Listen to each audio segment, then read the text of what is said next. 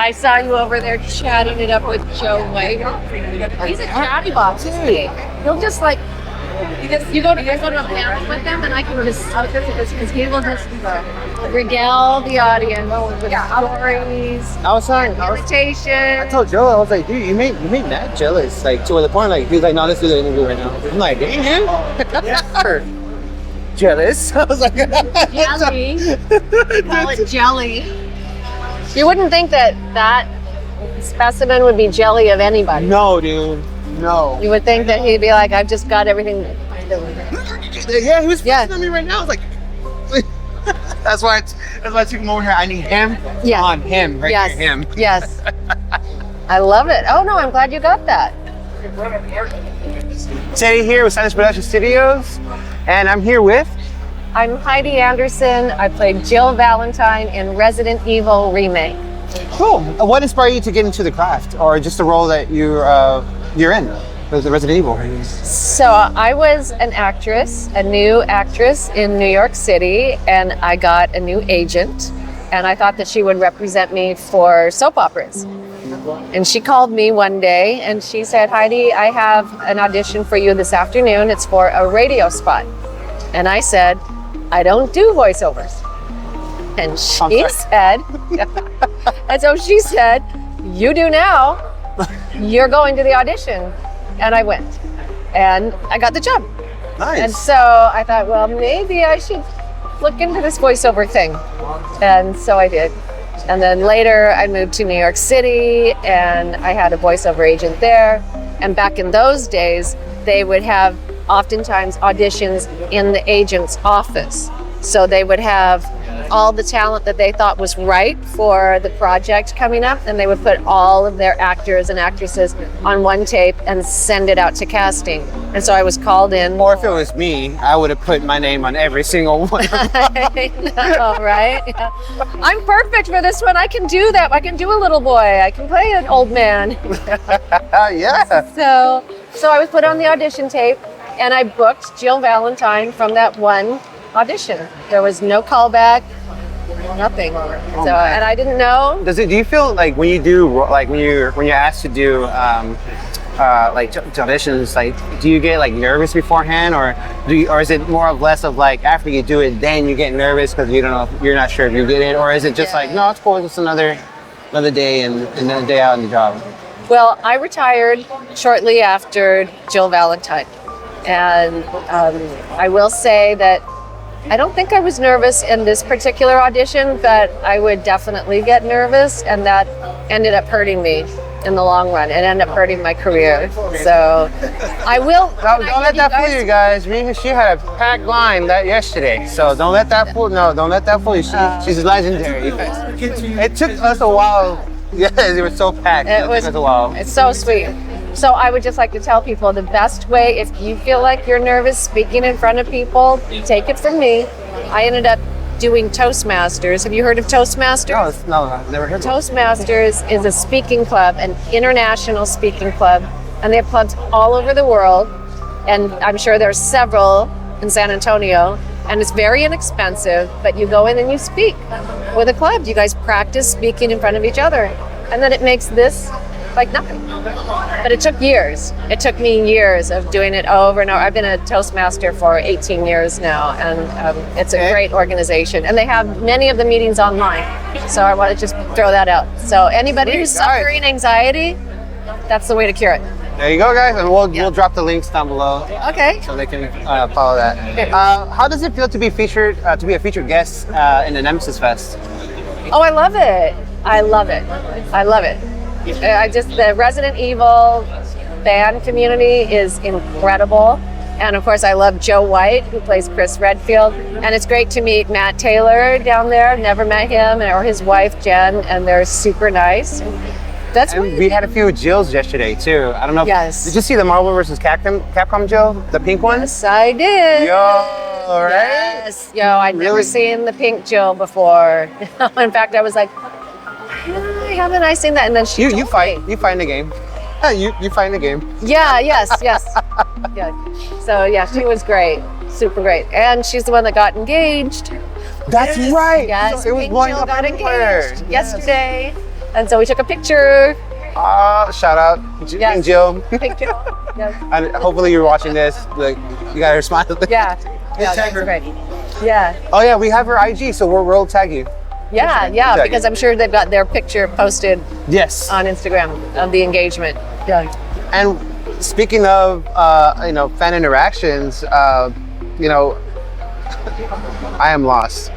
Are there, being that one of being that as a special moment, what is there any other special moments or interactions you've had with fans prior of yesterday? Like anything that you can think of? I've had a lot. I mean, it's just been One really, that sticks out? One that sticks out like a sore thumb? Yeah, one that sticks out like a sore thumb is someone who came dressed similar to Irene in the lab coat and everything. And come For those who to find don't. out, yeah. And come to find out, and this was, I think it was in Portland, that she is like in research. And what she does in research is that medical research, they take, she takes like a piece of human flesh and tests for things in the flesh. And she said that Resident Evil inspired that career because she was so intrigued by the blood and the gore and the, of the game. She was like, oh, that's interesting. And so now that's her career. So, and we met yesterday. There was a respiratory therapist who works for pediatric, on pediatric cases. So a lot of people in the medical community that like Resident Evil. That really is cool. Sweet. Yeah. And, that's like we spoke before. It's I love it that you guys come out, especially, and I don't mean it in a non-offensive way. Us misfits, nerds, all the story. It's cool because we get not an affirmation of it. It's just the fact that there's others like us, and especially with you guys coming out, so it's really cool because we get to see someone as legendary as you, and especially fans, because you never know if you inspire that 4-year-old or that 20-year-old who just discovered your game, and can be the next Jill, or can next be the Jill in any sort of Resident Evil future. Hopefully, there's some other directors out there that's going to do some Resident Evil stuff. Yeah, and it's a huge impact. I've playing games, seeing the hero side of things and wanting to be like that. But as I've gotten older,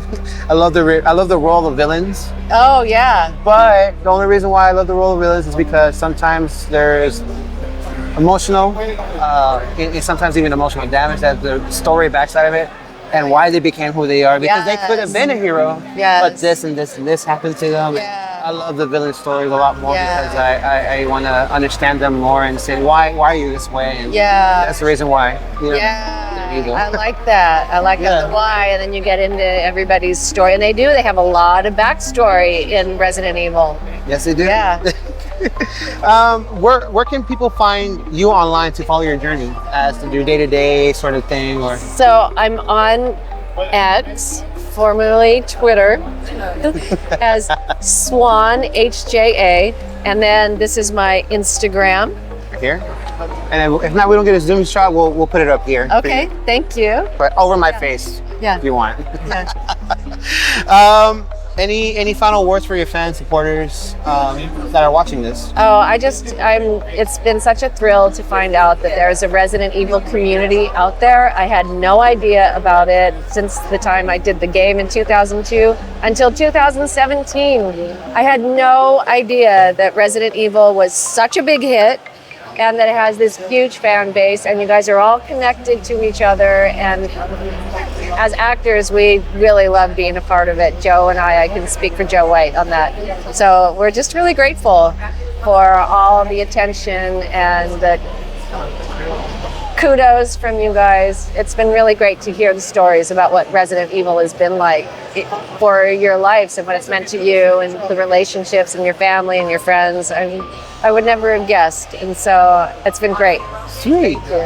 And so I want to take a little turn here, and one of the things that I wanted to speak about was your book. Oh, Night in Jail. Yeah. And can you tell us a little bit about that? Yes, thank you for asking.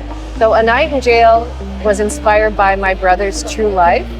He was a homeless drug addict with schizophrenia, and he lived underneath the freeway or was in jail for a decade.